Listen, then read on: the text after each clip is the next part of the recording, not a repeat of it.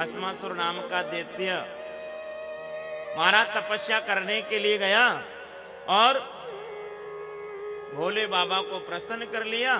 भोले बाबा ने प्रसन्न होकर के भस्म कड़ा प्रदान किया। अब महाराज इसकी दो कथाएं, एक तो भागवत में है और एक शिव महापुराण में अलग कथा है, दोनों ही सुना देते हैं। भागवत के अनुसार तो फिर महाराज जब पार्वती जी पसंद आई शिव जी को भस्म करने के लिए भस्मासुर भागा, तो फिर महाराज भगवान हरि ब्राह्मण का रूप बना करके आए और बातों में उलझा करके कहा कि शिव तो पाखंडी है, इसके वरदान झूठे होते हैं।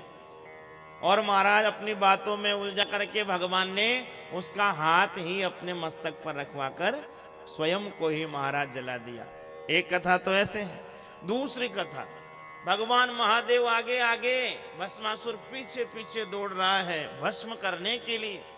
इधर माता पार्वती ने सोचा क्या किया जाए, महादेव के पीछे पड़ गया, वरदान दे दिया भोलेनाथ ने, अब वरदान तो सत्य होगा यदि हाथ रख दिया तो पार्वती जी आई और पार्वती जी आकर के कहने लगी कि ये चिता भस्म लमाते हैं, शमशान में रहते हैं, हमें बिल्कुल पसंद नहीं, हम आपके साथ चले।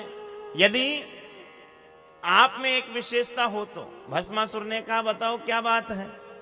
तो माता गौरी ने कहा कि देखो भोले बाबा का एक चीज मुझे बड़ी पसंद है, वो जो तांडव नृत्य करते हैं, वो तांडव नृत्य इतना अच्छा लगता है कि उसके बिना महाराज मेरा मन नहीं लग सकता। यदि आप तांडव कर लें तो मैं आपके साथ भी चलूंगी।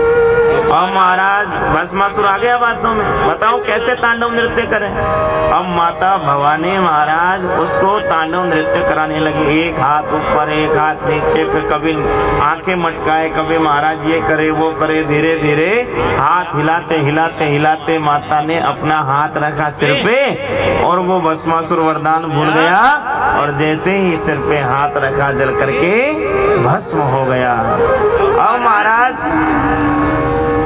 जब जाकर के भोले बाबा का पीछा छूटा तो भोले बाबा महाराज इतने भोले हैं, इतने भोले भंडारी हैं, एक लोटा जल चढ़ा दो तो प्रसन्न हो जाए, 3 पत्ती का बेलपत्र चढ़ा दो तो प्रसन्न हो जाए। सबसे सस्ता देवता है भोलेनाथ, सबसे जल्दी प्रसन्न होने वाला। एक लोटा जल और सारी समस्याओं का